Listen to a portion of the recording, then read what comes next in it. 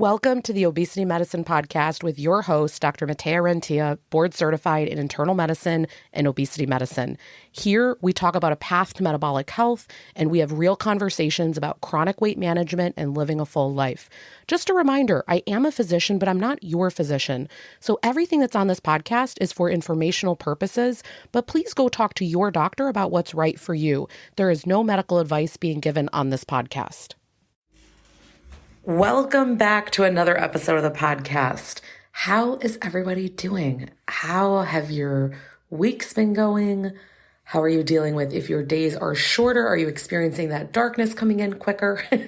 No, for me, I saw a meme the other day and it was like, well, it's 5:30. Good night. The day's over. So I'm definitely feeling that. I wanted to take time a little bit earlier in the season to make an episode on holiday success, because I think that for some of us, again, depending on where you live, I know we definitely have an audience. It's not just the US. I know we have some Canada and some other places, but for us, we're coming up, if you're listening the week this comes out, it will be Thanksgiving week. Now, some of you, if you live in Canada, you've already had it.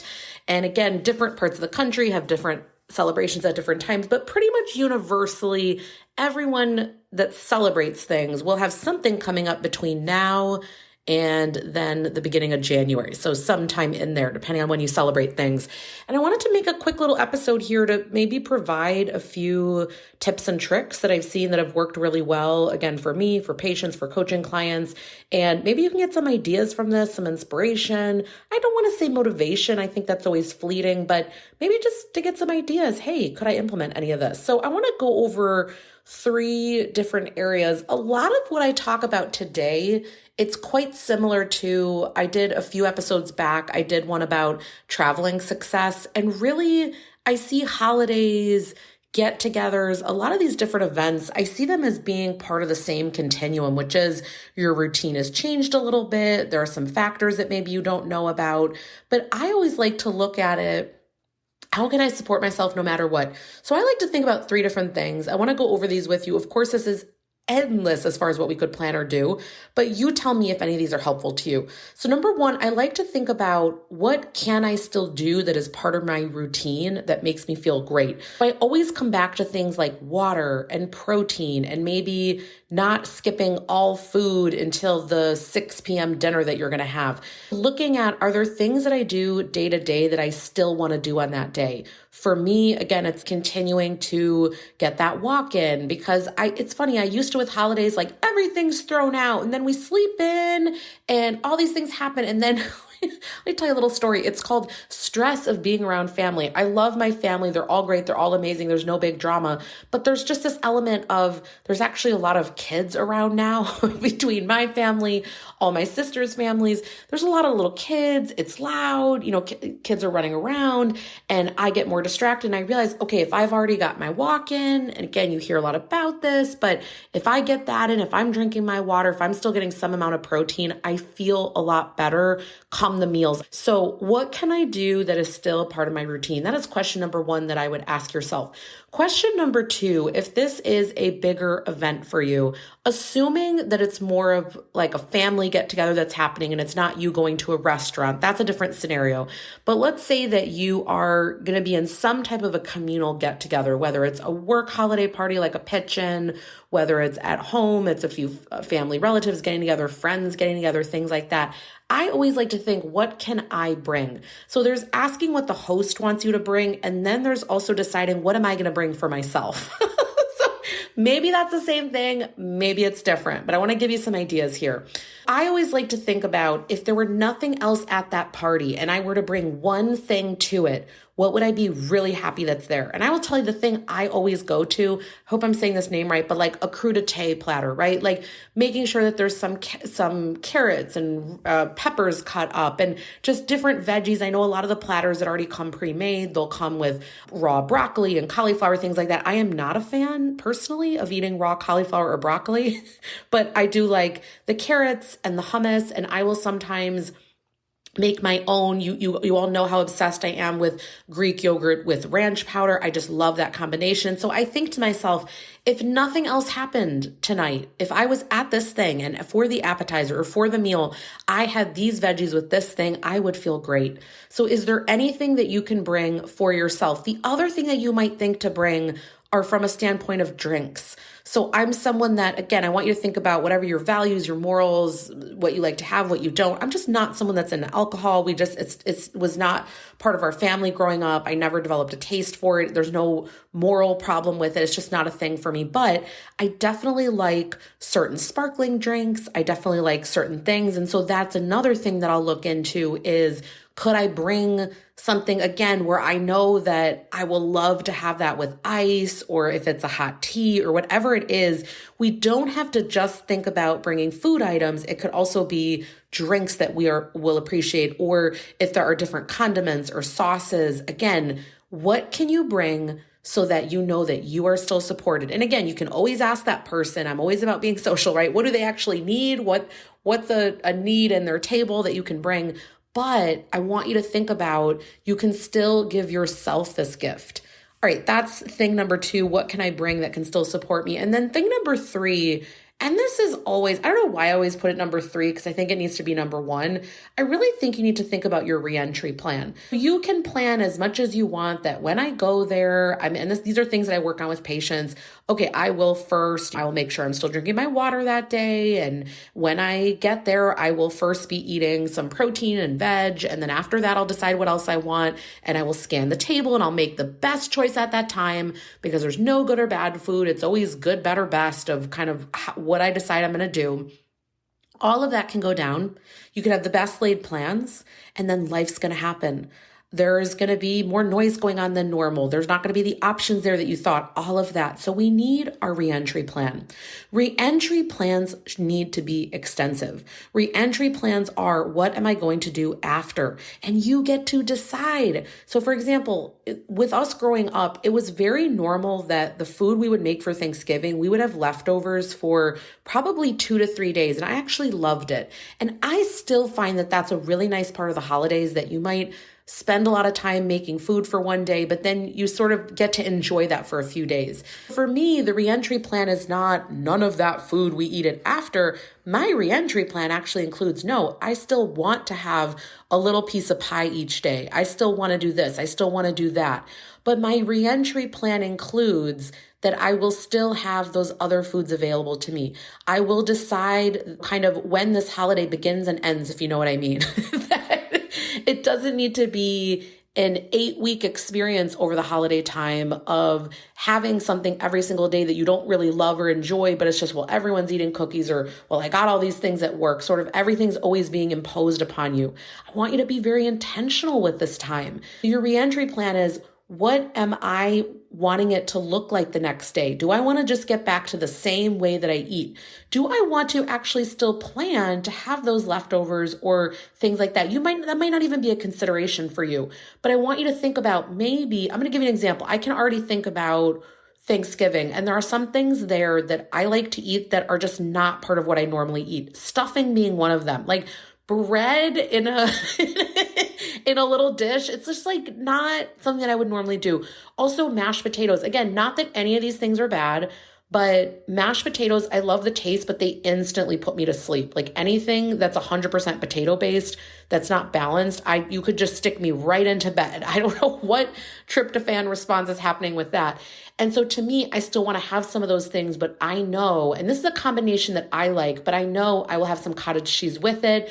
I will make sure to have some new fresh veggies that I've made. We do make something called broccoli divine, which is like broccoli with cheese and a little bit of like a mushroom soup concentrate type of thing on top. So some of that will be there, but I know for me, I'm going to need a lot more veggies. I still want to have some of these other things, but I want my veggie and protein. I'm going to need to make sure that even before Thanksgiving Day, I make sure that all that stuff is already in the fridge, because I know I'm then not going to come home to my home and start making that stuff. Like we're going to be at the family home this year.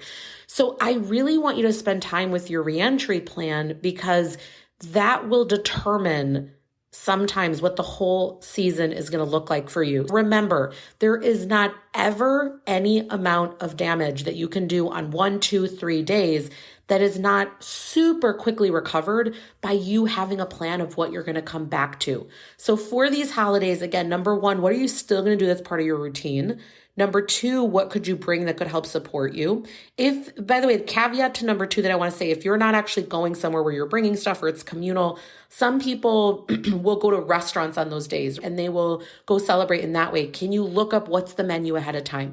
Can you sort of prepare yourself? And let me tell you why. Why do you want to look? There might be a set menu. You're like, Rentea, you don't know. You haven't been to a restaurant on Thanksgiving.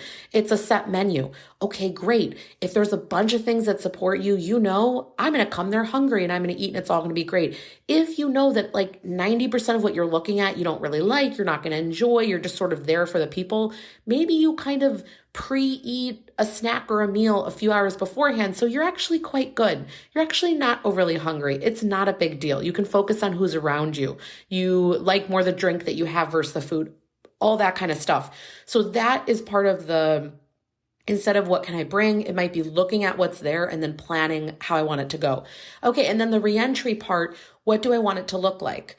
Do I want to get back 1,000,000% to what I'm doing? Do I still want to figure out in the entire holiday time how to plan stuff in? I want to give you a quick example here. I'm someone that likes chocolate and I like these little German Christmas cookies. They're sort of like, think gingerbread type of thing with like, I need to put a picture under the show notes because I feel like I talk about this stuff so much. But I'm someone that I want a few times a week to plan this stuff in. And so that's already part of my sort of holiday plan. I don't normally have this stuff all the time. I don't normally even want this stuff, but I want the option over the holiday time that might be something that I'm doing more. And so I'm already starting to think about it. And then I'm thinking, what are the things that I can do with it so that I don't have increased urges and cravings with just having cookie on its own or chocolate on its own? Because if you've listened to any of my other stuff, I would really recommend, by the way, if this is a struggle for you, that after the holidays, you have a lot of urges and cravings afterward, that I would listen to my episode about how to balance blood sugar. We'll make sure in the show notes to link to that. Because this holiday season, I would probably say thing number 4 out of all of this is how can you balance things? No matter what you're doing, let's say we don't want to just have pie on its own. We want to have had some protein and veggie beforehand. Why? Because you can have the same amount of pie, chocolate, cookie, whatever it is, and your blood sugar response will be less, your insulin response will be less, and this will help you to not only maintain your weight and your metabolic health and not have your blood sugars go up and all of that great stuff, but it will also help you to not have as many urges and cravings later, to not maybe get as achy in the joints if that's something that you struggle with, to not feel like you need to pick up all the pieces so much on the back end. This sounds counterintuitive, but this balance, and again, I would go back and listen to that episode because I talked a lot about, for example, if we're going to have dessert, we want to have it right after a meal. Again, this sounds counterintuitive because some of us, at least I know growing up, after the meal, everyone would be so full that then we would take a break until we would have dessert. So then it would be 2-3 hours later, we're coming back and eating cake. That's just not a way I'm going to roll anymore. That's just not, I'm not going to do it anymore because I know it doesn't work for me. So either I will see if it's appropriate. Can I have it right then? If I'm not hungry, I might just let go of it and take it home and balance it with another future meal. I want you to remember this. You have all the control in the world. Do not get locked into this group think where you think that, well, everyone else is doing XYZ. There are no rules here for you. You're the one the next day that needs to like how you feel, that needs to not have a week of having joint pain because you ate things in a way that didn't work for you, or be so feel so much shame or guilt or whatever the case might be. I want you to do what feels good for your body. I want you to think about what you actually want to do. Don't do planning where you think everything's going to go perfectly. When I do these meals, and this is all just me personally, I feel like I don't want to give you all these examples because it's just purely what I enjoy. But I already know, for example, we have a pretty set routine menu for what we do for Thanksgiving. I love being a vegetarian. We do hard-boiled eggs. We cut them in half And then there's this mustard sauce on it. So I know between that and the broccoli that we have in the salad, I already know right there, I'm good to go. And then after that, it's just a little bit of what are a few tablespoons of the things that I do or don't want. And I kind of get to, like Ali Nowitzki says, get snobby with my extras. Like, what are the things where it's like, yep, I literally don't ever make mashed potatoes at home. Great. We're going to have some of that, but it's going to be real nice and balanced with the veggie and the protein from the eggs. That's for me personally. I already know it's so good. And by the way, if anyone messes up that mustard sauce, I am so disappointed. I remember one year I have a sister that she kind of did a not so great job. And I was like, look, you can't make this again. Okay. You're off that duty. So we, on Thanksgiving, we all kind of come together. Everyone kind of gets a dish or two, and then that way we can get it all done. But anyway, back to the plot. I want you to not view this holiday time as this big, scary time where there's going to be all these foods around and all this stress. Do the same things you normally do. Make the best choice in front of you that you can. If you can plan it a little bit to make your life easier, it just ensures that you have a greater chance of having a thing or two around that you like. But at the end of the day, even if you think it was a complete nightmare how it went down, I totally don't care at all. The next day or two, you look at, all right, right now, what can I do? And we get right back on track. So I just want to leave you there. I will link underneath, again, the blood sugar episode, because I think that it is so relevant to this holiday time when there are more sweets around, when there are more usually carbohydrate rich foods around, and just knowing that we can still balance things out no matter where we're at. Balancing the plate means we get some veggie and protein first, we get those things, and then everything else comes after that. And we just have a nice little balanced plate where we get all the things we want, but we still feel amazing afterward. Last story, I remember the first Thanksgiving when I just felt like I didn't overeat. It was balanced. I felt amazing. This was a few years ago. And I realized, oh my gosh, this does not need to go down in a way where it's this thing that just gets in the way and it's so stressful. It just felt so amazing. And I remember how beautiful the plate looked. And I was talking to everybody and it just wasn't about the food. And so that's what we're going for, right? The connection, who we're with, that we're grounded in our body, but we're not going to do this anymore where it's a hard experience, where you don't have control over things, where you feel like everything is proverbially going to go to hell in a handbasket. That's not going to happen for you this year if you don't want it to be. I want you to enjoy the holiday times because I feel there's enough stress with other things going on. All right, I hope you enjoyed this episode. If you find any of these helpful, please leave a review where you're listening. I greatly appreciate that so much. Have a great rest of the week.